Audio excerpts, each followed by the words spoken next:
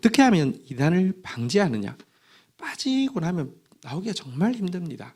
이단을 방지하는 것이 더 우선되는 방책일 것입니다.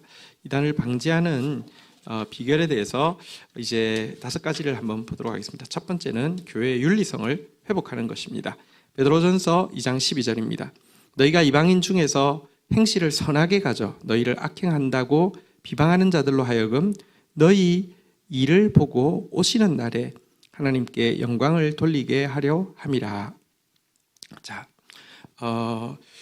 여러분들 우리의 일을 보고 우리의 행동을 보고 이방인들이 비방하다가도 하나님께 영광 돌릴 정도로 여러분 우리의 행동이 옳고 윤리적이어야 된다라고 성경은 가르치고 있습니다. 이단들이 나올 때 그들이 정당화할 수 있고 자신들 합리화할 수 있는 기반이 기성교회가 부패하고 타락했다는 이야기를 하면서 나옵니다. 그런데 여러분 물론 참된 신앙이 있다고 해서 단지 윤리적으로 문제가 없으면 참된 신앙이냐 그렇지는 않습니다. 신앙은 윤리를 뛰어넘는 것이기 때문입니다. 그런데 여러분 윤리가 없이는요 이단들이 얼마든지 활개칠 수 있습니다. 그리고 우리는 할 말이 없습니다. 오늘날 한국 사회에서도 이렇게 신천지 또 안상홍 정인의 길자교 이 안상홍 정인의 이런 것들이 활개를 칠 수 있는 중요한 이유는 교회가 도덕성을 잃어버렸기 때문입니다.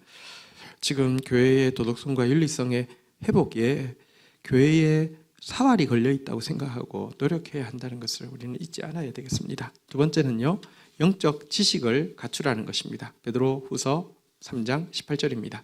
오직 우리 주 곧 구주 예수 그리스도의 은혜와 그를 아는 지식에서 자라가라. 이렇게 지식에서 자라가라라고 이야기하고 있습니다. 거짓이 들어오려고 하면 영적으로 미숙해야지 들어옵니다. 영적 성숙은 하나님의 말씀을 지속적으로 상고하면서 그 말씀을 깊이 알아갈 때에 성숙할 수 있습니다. 그런데 차라리 이런 영적 성숙에 대한 욕구를요 이단이 이용하기도 하죠. 성경을 가르쳐 준답시고. 그런데 여러분 이단은요 성경 전체에서 전체를 고루 보면서 바른 해석을 시도하는 것이 아니라 영해를 통하여서 혹은 또 문자주의적인 끼워 맞추기를 통해 가지고 아무런 상관없는 구절들을 이용해서 억지로 뜯어 맞추어서 그 구절만을 가르쳐서 그 구절로 이단 교주가 이제 메시아라거나 혹은 자기들의 가르침만이 옳다라고 이야기합니다. 전혀 성경을 모릅니다. 엄청 성경 박사처럼 보이죠. 그 몇몇 구절들 외에는 하나도 모릅니다. 우리가 나중에 여기 이제 3가에 가면 이단이 오용하고 있는 구절들 다 설명해 놓았고요. 그런데 그 구절이 정작 그 뜻이 아니라는 것도 정확하게 풀이해 놓았습니다. 어쨌든 영적으로 그리스도를 알아가야지 이단에 빠지지 않습니다. 세 번째, 불필요한 관심을 없애는 것입니다. 이상한 체험이나 색다른 지식, 이런 새로운 자극 등을 좋아하는 사람들은요 자꾸 이리의 표적이 되기 쉽습니다. 양의 탈을 쓰고 와서 삼킵니다. 여러분 양은 눈이 나쁘다고 합니다. 그런데 양은 또 양을 따라가는 기질이 있다고 합니다. 그래서 이리가요 이렇게 양 껍질을 쓰고 앞서서 좀 떨어진 곳에 있으면 눈이 나빠서 그 이리 따라가며 계속 이리 때가 있는 데까지 몰려갔다가 몰살을 당하는 경우가 있다고 합니다. 그래서요 근데 우리가 여러분 불필요한 관심이 있으면 이렇게 당하기가 너무 십상입니다. 성경은요 망령되고 헛되는 신화는 버리고 읽는 것과 권하는 것과 가르치는 것에 창념하라고 이야기하면서 이단의 관심을 기울이지 말라고 이야기합니다. 이단이 한 말을 이단의 가르침을 모두 검토해 보기 전에는 그들을 비판할 수 없다라고 이야기하면서 한번 배워보라고 자꾸 이야기하는데 여러분 쓰레기를 굳이 쓰레기인 줄 이렇게 점검하기 위해서 쓰레기통을 다 뒤질 이유가 없죠. 쓰레기 음식을 굳이 쓰레기 음식인지 알고 싶으면 정말 양질의 음식을 먹으면 나머지가 쓰레기인 거 금방 알 수 있습니다. 어쨌든 불필요한 관심을 없애십시오. 마가복음 24장 23절 그때 사람들이 너희에게 말하되 보라 그리스도가 여기 있다 혹은 저기 있다 하여도 믿지 말라. 26절 그러면 사람들이 너희에게 말하되 보라 그리스도가 광야에 있다 해도 나가지 말고 보라 골방에 있다 해도 믿지 말라. 불필요한 관심을 끄십시오. 세 번째는 이단에 속한 자를 멀리하십시오. 디도서는 이렇게 가르칩니다. 3장 10절 이단에 속한 사람은 한두 번 훈계한 후에 멀리하라. 요한 2서 1장 10절에서 11절 누구든지 이 교훈을 가지지 않고 너희에게 나아가거든 그를 집에 들이지 말고 인사도 하지 말라. 그와 인사하는 자는 그 악한 일에 참여하는 것이니라. 이렇게 이야기하고 있습니다.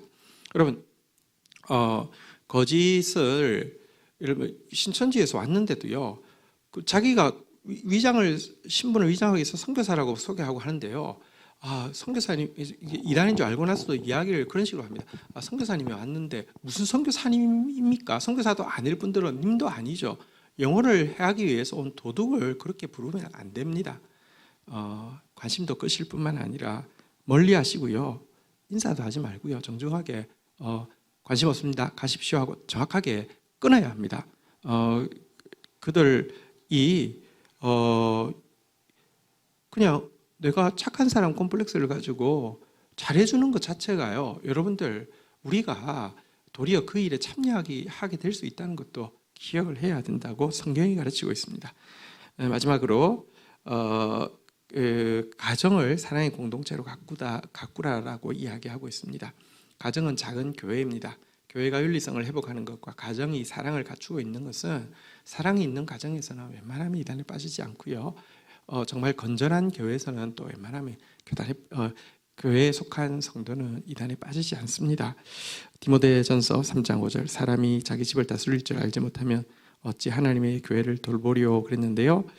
부부 간에 불화가 있고 형제 자매 간에 다툼이 있고 부모와 형제 간에 또 갈등이 있으면요 사랑이 없으면 이단의 매력을 느끼게 됩니다. 왜냐고 하면 외형적으로 보면 이단은 막 형제를 되게 강조하는 것 같고 따뜻하게 서로 배려해주고 사랑하는 것 같으니까 그 사랑에 목이 말라서 들어가는데요. 사실은 그것은 그들을 미혹하기 위한 미끼이고요. 더 철저히 경쟁하고 더 철저히 판단하고 그런 곳입니다.